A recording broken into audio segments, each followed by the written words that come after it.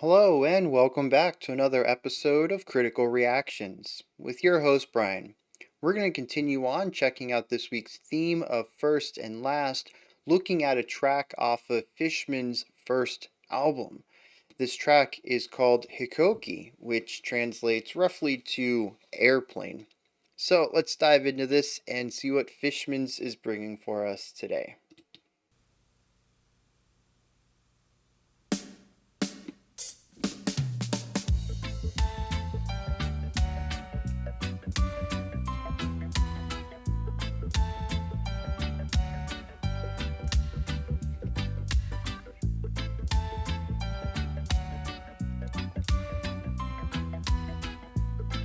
Very ska reggae with that offbeat accent.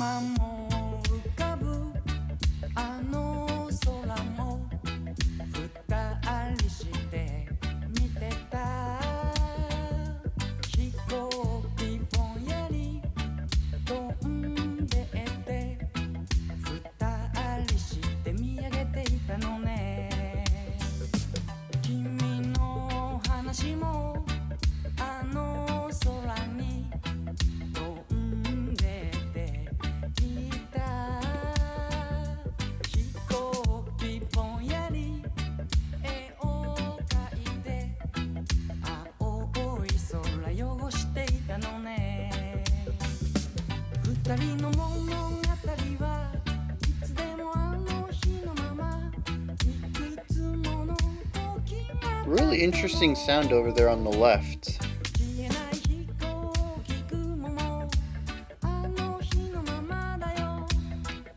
Is that just like a quiet palm muted guitar with some extra sounds on it, some extra effects?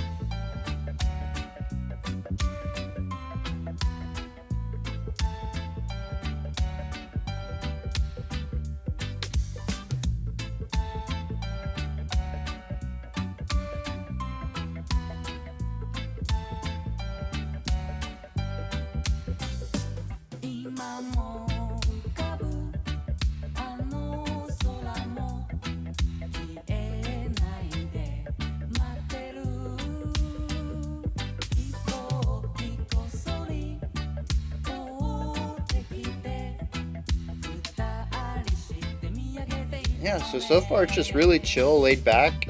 Have this beautiful harmony in the vocals.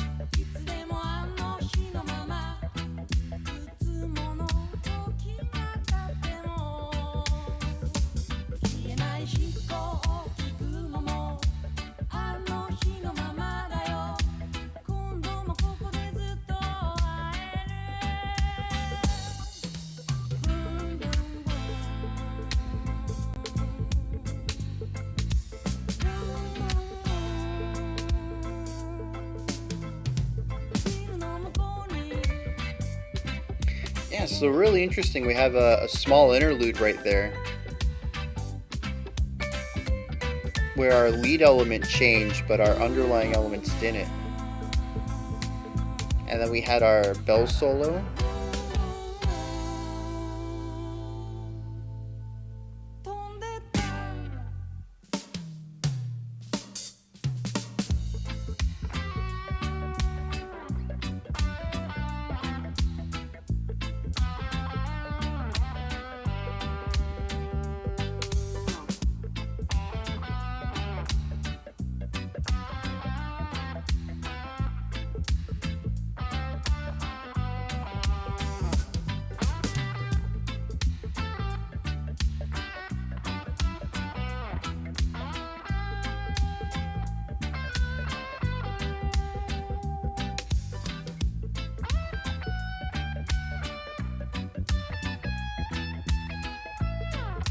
And here we have a variation on our vocal melody in our guitar solo.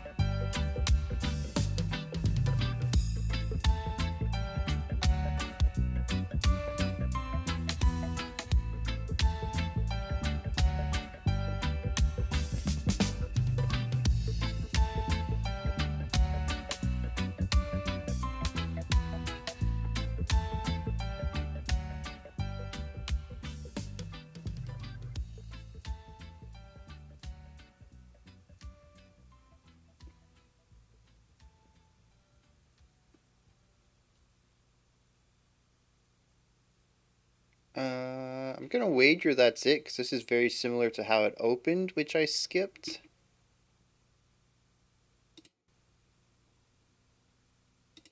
Yeah, so that's all silence at the end. So this is a fairly straightforward, uh, very relaxing track. It's got that reggae style, upbeat, staccato guitar hit. Actually, hear this a lot in chiller jazz as well. Uh, chiller instead of killer jazz, chiller jazz. I like that. Um, this the syncopated, palm muted. Uh, Actually, it's not. Yeah, it can't be palm muted. Anyways, the syncopated short guitar chords actually is something that pops up in jazz quite a bit. So it's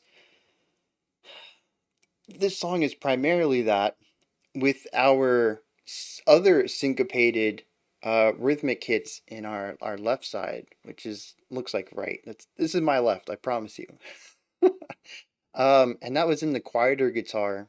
I think it was a guitar, also muted, and it was bouncing around our offbeat.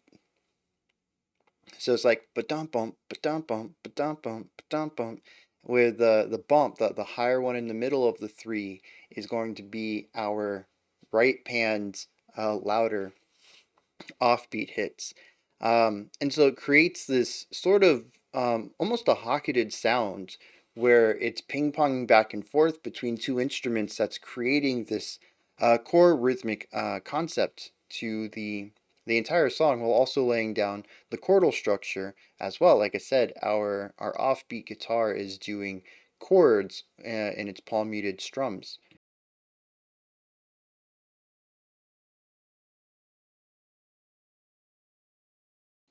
Underneath this, we have very, very chill drumming. Um, just really sitting in the beat. There's a couple of fills that move across the toms, but they're not fast. They're not technical. They're not really engaging. It's more of a palate cleanser before we get back into the closed hi-hat, eighth notes, and the snare hit every once in a while. It's very functional. It's very relaxed. There's not a lot of energy from the drums. It is literally there to keep the tempo and to provide an extra texture to the track. This actually leads us to our two most complex elements of the song, and within that, they're still not complex relatively to other music. It's just they're the most complex in this song right here. And that's going to be our bass and vocals. Now, to carry this further into the jazz parallels, our bass guitar is what carries a lot of the song. It's a walking bass line, which means that it's going to outline our chordal progression. It also provides the momentum to keep the song to feel like it's stalling out. It is constantly moving, both rhythmically and pitch-wise, melodically. And provides a lot of the momentum and some of the direction. Like I said, our direction is also going to come from our right pan guitar, giving us those chords, but the bass is giving us the other bit of direction as well, while also providing the momentum that the song needs to not feel like it's stagnating. Our vocals sit above all of this and are very calm and serene, as is the theme for this track easily. And it's just a very effortless, almost quiet. It feels very just soft spoken, singing style. It has a bit more power than that right there. There's not as much airiness as what I just tried to portray, but the general concept is there. It is a full bodied, quiet tone that I'd say is a very comfortable range for both of the vocalists that show up. We don't get dual vocals all the time, but we do have harmonies that pop up every once in a while that give us just a little bit of extra texture on that. And that is 90% of the song. we do venture into other realms, of course. We have a keyboard solo, we have a guitar solo, we have a second keyboard solo. There might have been a second guitar solo. Honestly, I'm not gonna lie. A lot of the song blurs together because the foundational concept does not move. It is 6 minutes, give or take, of a single idea. I guess I guess 5 minutes. Trying to subtract the 40-ish seconds at the beginning and the minute-ish at the end.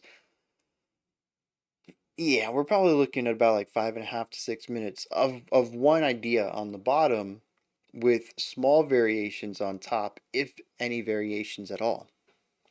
When we get to the solos, though, it's interesting how often they play off of the melody that the vocals have already sort of laid down as the melody for the song, which isn't atypical. A lot of the time, when you think of the melody of a song like this, where none of the instruments really take a melodic approach, it's all foundational. The melody is going to be what the vocals sing. You know, when we talk about a catchy hook, it's usually the chorus and the vocals that are, the melody that we're going to have stuck in our head. So the fact that the vocals are laying down what the core motif is through this song is not abnormal. And there's plenty of songs where we end up hearing the guitar or piano or bass or whatever, take what the vocalist did and bring it into their solo. So that's not abnormal either. But I think what's really interesting here is not that it happens just once, but that it's utilized and a variation is put on it. Or we have a guitar solo that goes into a little snippet from the vocal melody and then goes back into original stuff. But it feels like almost every single solo in here borrows something, either just, a couple of notes from, or even the entire melody of the vocals into the solos. And so everything sort of feels like an adaptation of that one motif that we have that the vocals introduce at the beginning. It helps unify this entire song even when we move into slightly different elements. And I don't know that the unification is a. I was going to say I don't know that it's a good thing. I think it really depends on where you're coming at. Um, I am somebody who enjoys novelty and change. I really like contrast. So this song kind of bounces off of me a bit casually. But if you're really wanting a song that doesn't change much, maybe you're specifically looking for background music or even meditation music, right? You just want to help clear your mind, and change and contrast are going to be things that draw your attention to the music specifically rather than the vibe that it's creating.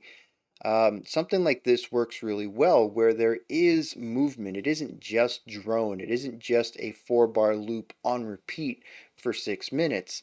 There are changes to this. There are sections to it. There are modifications to the lead elements, but they're just close enough to each other where everything feels similar, not the same. And I think that is really important for what they're trying to achieve here, which is, to create this very chill, relaxed environment, but not for it to stagnate entirely, which is where our bass momentum comes from.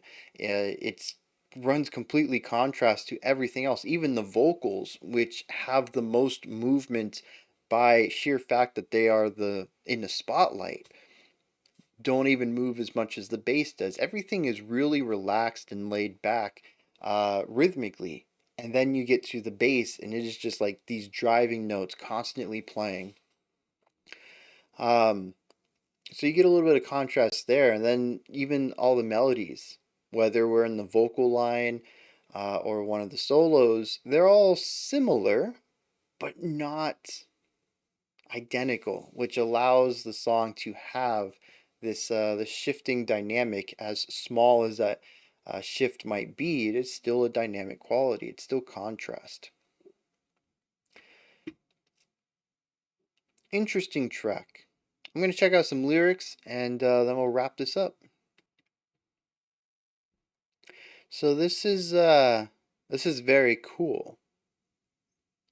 I feel like we don't get a lot of this, primarily because we do a lot of rock and metal, and they tend to be more larger than life, which I think is just, it's going to be the term that encompasses all of that stuff.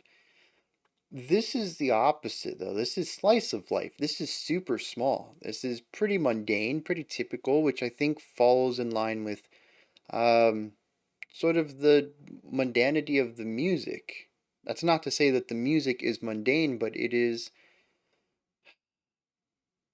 thematic of mundanity, where it is simple and repetitive with small changes, section to section, but not big sweeping things. This is how life tends to be. Every day is fairly the same unless you live a super, exciting lifestyle. You're a millionaire who flies to a different city every week to go experience a new rush. You got to go bungee jump off of this place and ski down this giant mountain and skydive, out of a plane this week over Greece or something. You got to have this wild, constant change to your life. But I think most people tend to have fairly predictable lives, or each day's pretty much like the last. Might be a little different, have a little change. Some days are a little better, some days a little worse, but they're all generally the same. They kind of blur together, as the song did for me. Now, what it's about, lyrically seems to, it's metaphorical. A little bit goes over my head, but it's about these two people who are sitting next to each other, and they see an airplane flying over the sky one day. And they kind of imagine that their lives, their stories, their dreams can also kind of take off like an airplane would. And they kind of imagine what that would look like.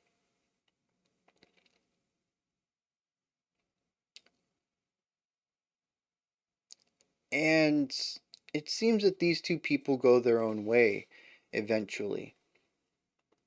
And sometimes he catches himself still looking up at airplanes and remembering the two of them. What's neat is that it kind of has this angle. The most repeated line in here is, "Our stories are forever the same as it was on that day." And I kind of like that. Like, we might change as people, we might grow as people, but our story, our trajectories are kind of what we pictured on that day. And I like that. It's very, very down to earth and showcases a positivity to a lot of the dreariness of modern life.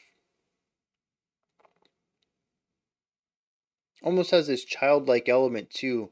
There's this one part that is very different from the rest. It says, "Zoom, zoom, zoom, zoom to the other side of the building. It flies off." I like that. It's a lot of chill, relaxed, very down to earth feeling in these lyrics, and that's replicated quite nicely in the music as well. So, those are my thoughts on Fishman's Hikoku. What did you think? Did you enjoy this? Anything that stood out to you? Anything you'd like to add on to what I said or correct me on? Let me know. Uncharacteristically, we're going to check out the next Fishman's track now. Well, technically, like 9.5 minutes from now, if you're watching this live. Usually we do them every day, but due to the way we schedule these 2 week themes, it's a little difficult to have that gap from Friday to Monday. So I run both of them on Friday. Monday we'll look at two special selections to even it back out, and then we'll have Tuesday, Wednesday, and then Thursday, Friday for our last two bands for the first versus last. So if you enjoyed this and you want to see where this band went, we're checking out a 42-minute track in our next video from their latest album. All right. When you're done commenting, I don't know why I went on that big thing. Anyways, when you're done commenting, you can head into the description box, and there's a link for Linktree. It'll take you to this menu right here. It has links for everything related to the channel. You can find my music, ways to support the channel, a link to the Discord server, and so much more. Above that, if you could, like, subscribe, and ring the bell. I greatly appreciate all three. All right, until next time, remember to be critical, not cynical, of the music you listen to, and have a fantastic morning, afternoon, or evening whenever you choose to watch my videos.